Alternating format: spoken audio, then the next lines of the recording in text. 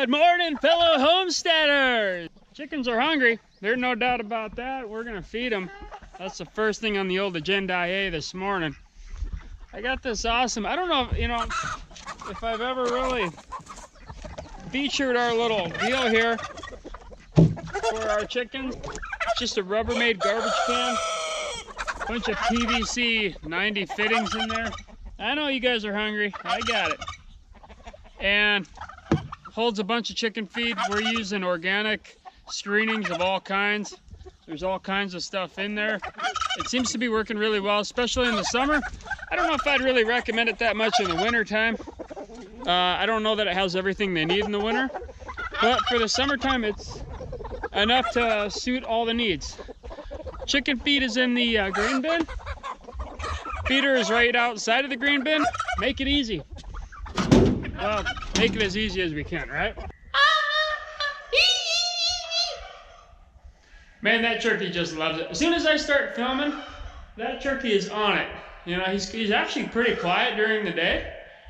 I turn this camera on and he's like, man, he wants to be on film so bad he can't hardly stand it.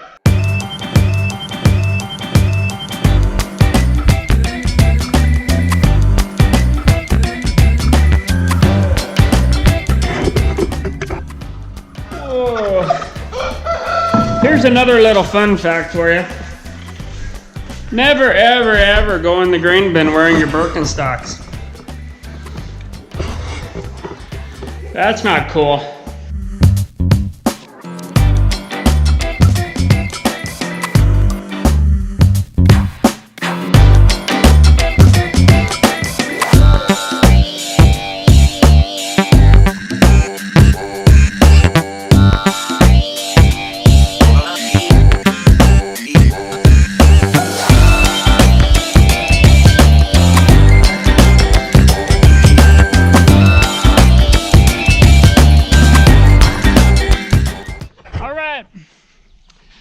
Today we're talking electric netting again, but this time we're talking on the solar charger side.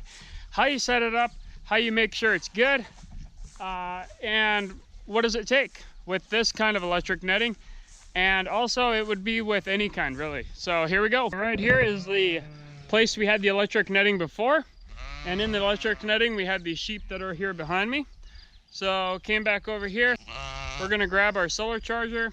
Just give a really quick rundown of what it takes to set one of these things up. Had a comment on one of the videos that I did with the electric netting that we had bought at Runnings, and that electric netting was bought to keep the chickens in. And the comment was, I want to keep my chickens in. I want to keep a goat in with those chickens. I thought, wow, what a great comment. And I think you can totally do it. The key is getting that netting up, getting it secure, and getting it really hot for the first time that goat touches that netting. I think if they feel that one time, they'll remember.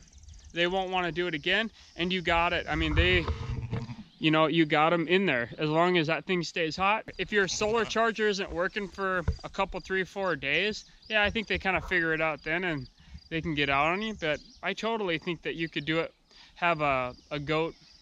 I wouldn't have a whole herd in there though, but I think you could have a goat in there and feel confident that you're going to keep your goat in there with your chickens and not a big deal. So anyways, let's go over really quick on how to set up these solar chargers with that specific netting that I talked about, whatever, on that video, because I think that comment mentioned that's the kind of netting that she was using. So I hope that's what you were needing. The other thing is, it doesn't really change on the Premier 1 netting that we're using for the sheep, although it does a little bit.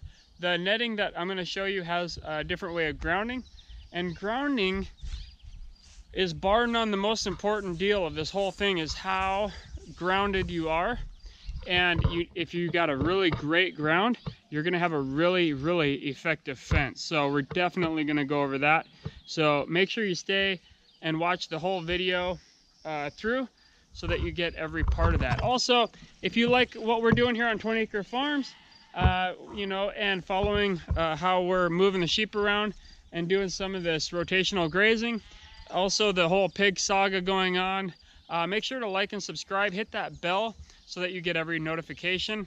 And make sure to stay with us day by day so you can stay with the whole story of everything we got going on here. Sometimes it's really crazy. Most of the time, it's just really a ton of fun. So this is the PowerFields electric netting for chickens. And I believe that this is what that viewer was talking about. So I have been using this PowerFields electric netting for a little while. And the one thing is quite a lot of droop. So I think what you can do is you can stake that out or put your own poles in there, however you want to do that. On this electric netting, we've got red wire, we've got green wire. Red is hot, it'll scorch your shorts if you touch it. Green wire is ground, goes to ground. That is one thing I really like about this. I really do like about this netting. So with my particular solar charger, I've got a green clamp. We hook the green clamp to the green metal tab, right? We make our connection, okay? And we're gonna kind of piece it through so it's not touching other parts and pieces. And then basically, we're just gonna put the red to the red. And that creates our circuit, really, for this fence. So what's gonna happen, right, is the critter that's gonna go through, if that critter touches the green and the red, that's gonna be really effective on that particular animal. It's gonna give them the biggest shock that they can get from the charger that you have. Now, walking on the ground, there's gonna be some ground, and I think that if you just came up and touched the red wire and you were fairly grounded, I think you would feel that. But the biggest, best ground is gonna be, or the biggest, best shock is going to be touching both green and red, and then that animal is going to back up, right? Because they don't like the feeling of that. I don't like the feeling of that. So it deters them, and that's what makes your fence so they don't want to crawl through it. The other way is our Premier 1 fence. It is not like this at all, okay? There's multiple hot wires, as there is here. Like this one, every other is a hot. On the Premier 1, they just go hot, hot, hot, hot on down. And the one that I bought, you put your own ground rod into the soil, and you hope that that ground rod is creating enough of a ground so that anywhere on that fence that they touch, they're gonna get that warning, they're gonna get that shock, right? Back away and not want anything to do with that fence. Also, if you leave it the way it is, it droops on the bottom. If you don't have your grass mowed down and you try to put it in a tall grass area, it's gonna suck your battery on your charger down so fast that you're not gonna get anything out of it anyways. On the PowerFields chicken fence, super simple, green to green, red to red. On the Gallagher fencer, you know, it shows you which one, green is ground, red is hot. And then for my chickens, I put it to the half. There's half here and there's one here, and one is the full course. Half is like half the power. I do put it on rabbit mode, so it cycles a lot of times. So I got this turkey trained, watch this.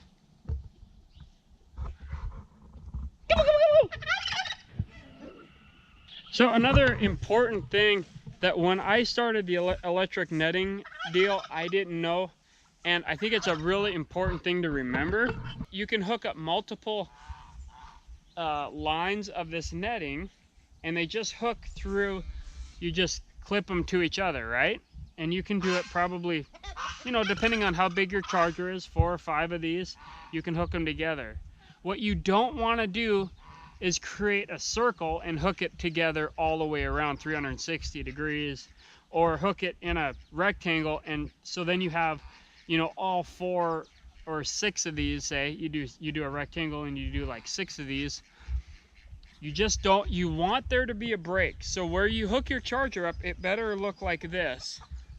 And then have the other one just tied with a you know, a little piece of baling strand or whatever to this, so that you know, there's not too much of a gap or whatever. But you do not want to hook it up all the way to each other. Leave a gap, because what you're doing there, if you don't, the way I understand it, what you're doing is you're basically shocking your charger, and that can really shorten the life of your charger.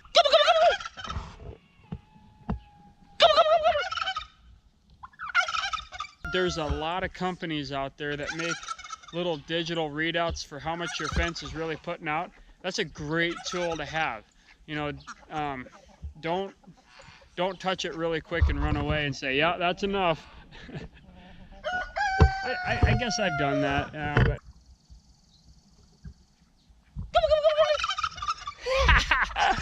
but yeah, don't do that. That's not the way to do it. Get that tester and see exactly, you know, hey, you spend the 25 bucks or whatever it is on that tester, and it says, hey, you're putting out this much, and you can, okay, I can walk away. I'm confident with that, and we're good to go. So that's that. Lastly, PowerFields electric netting for the poultry has not been the best product that we've ever had. I think it worked, actually. It did what it said it would do, but man, it droops so far down that like ours, I don't know that would keep a goat in. Like, we've had goats here and they would freely jump over that. Just my thought on it. And as far as the Gallagher charger, got the Gallagher electric fencer because it was at the Farm and Fleet store. They have a ton of them. You can get that brand a lot of different places, so that's what we use. By no means am I saying that that's the way to go, that's the best, anything like that. I have no clue, so I'm just putting that out there. I don't know. So one quick word of caution though. So I put this electric netting out just kind of for demonstration's sake. And one thing about that we have learned the hard way, and this is a sad deal, but you don't want to leave it out and not have it turned on. Because what can happen is the chickens, all of a sudden they figure out, hey, this thing isn't on. They get in it, they can get, if you don't get to them, they will die because they will keep trying to push through or get caught up or wrapped up.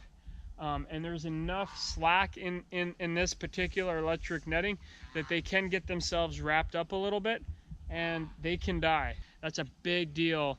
You need to make sure that it's on, and if it isn't on, you know, just be aware that chickens can get, there's smaller squares, obviously, for chickens, and they can get in there, they can get wrapped up and they'll die in your netting. Don't let that happen to your flock. Hey, thanks for watching. Remember, do subscribe to the channel if you like this at all. We'd appreciate that. And as always, man, happy homesteading. Hope all is well.